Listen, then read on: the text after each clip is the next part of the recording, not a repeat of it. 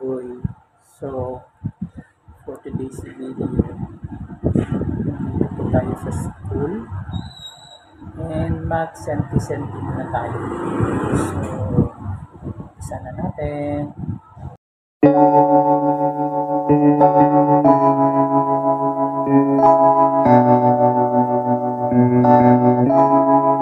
Feels like love, Cupid made a shot straight into my heart.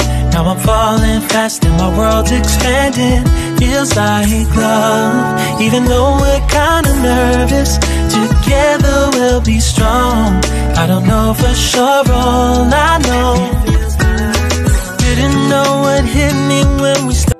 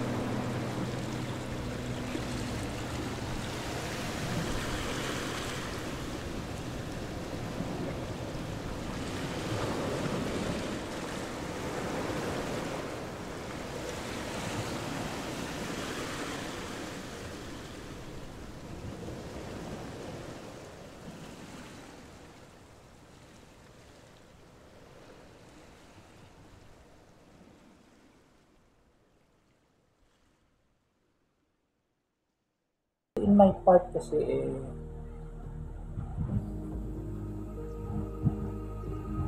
ang sistema sa akin dito, school na to, I think hindi siya okay.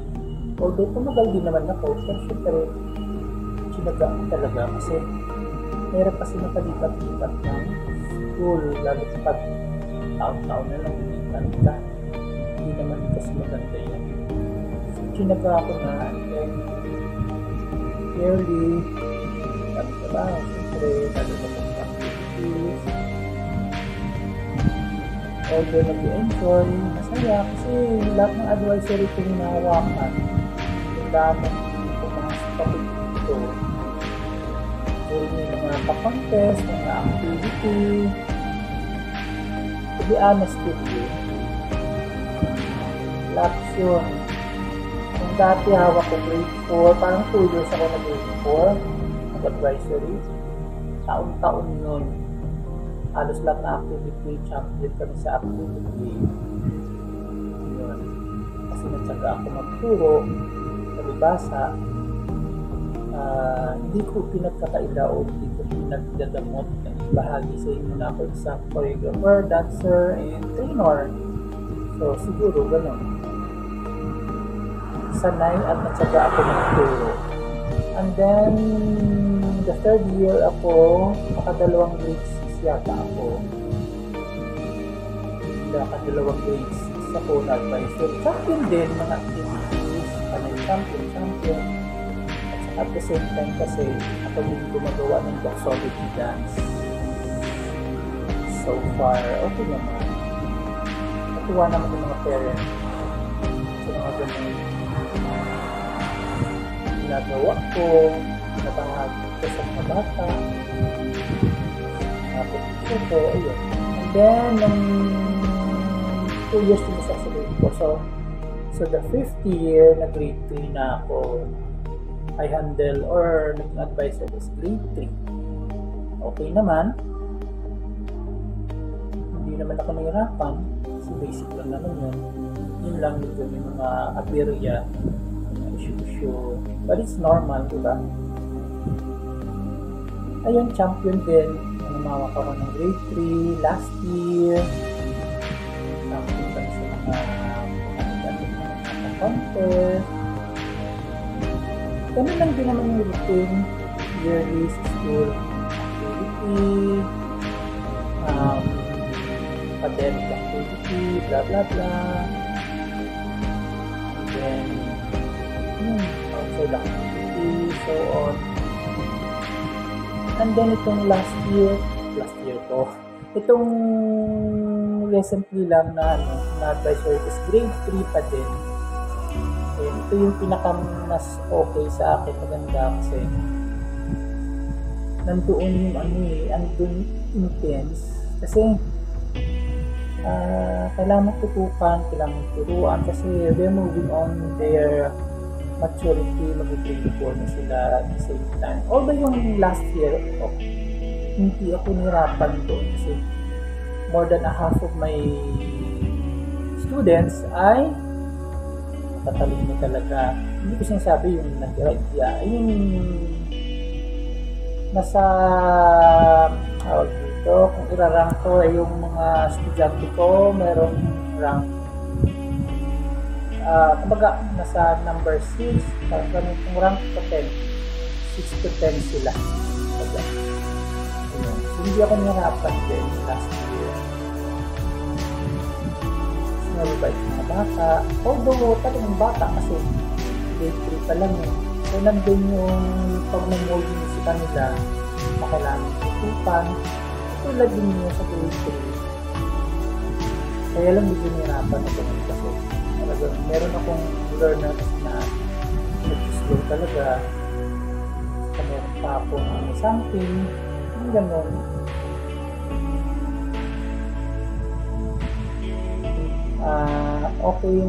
Okay din naman yung grade 3 at also rin yan kasi talagang kailangan mo talagang tsagain.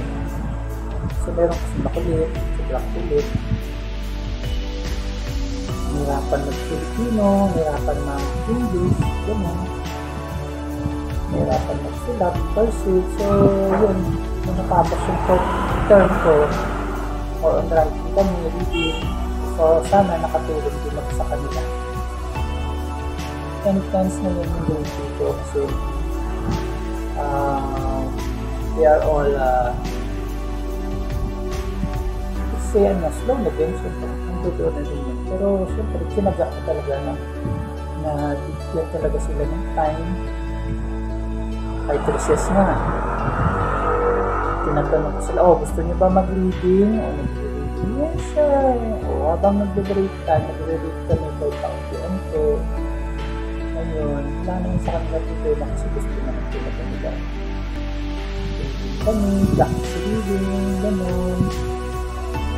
So, as a teacher, I handled English 3, Filipino 3, Science 2, AP 2, Filipino 2, and doon, at saka lang ng major, minor pala, kasi niyawak din ako ng grade.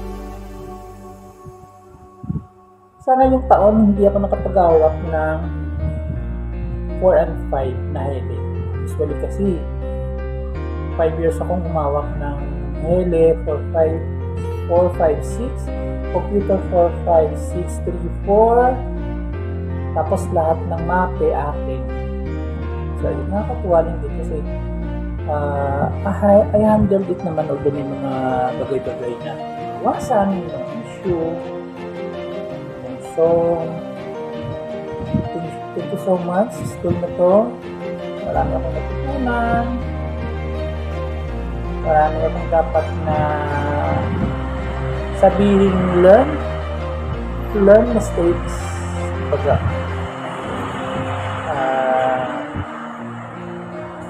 lagi ko sinasabi sa sarili ko na sana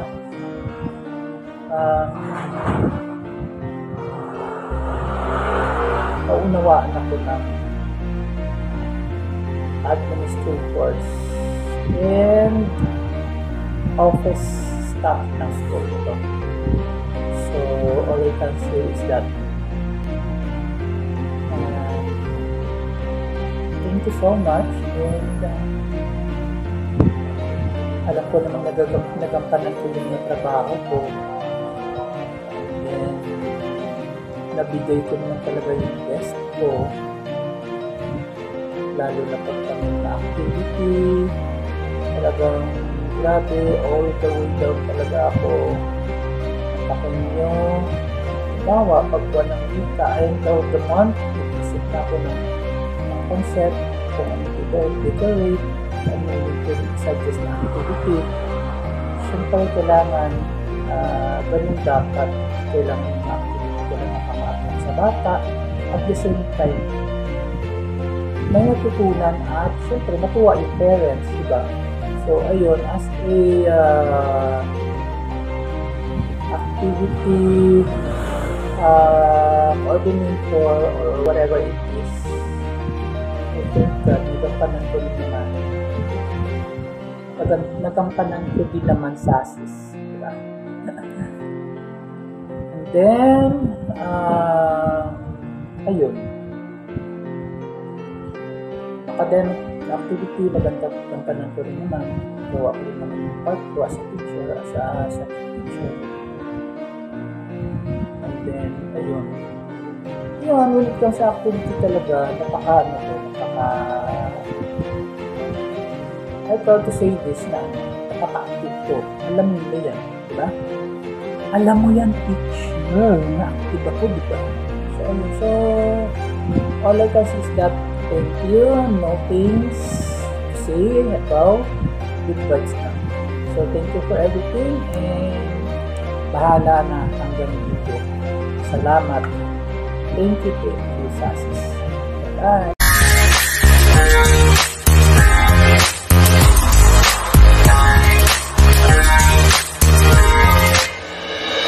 손을 참을 수 없을 것 같아 매번 거짓말로 흔들어 난 나를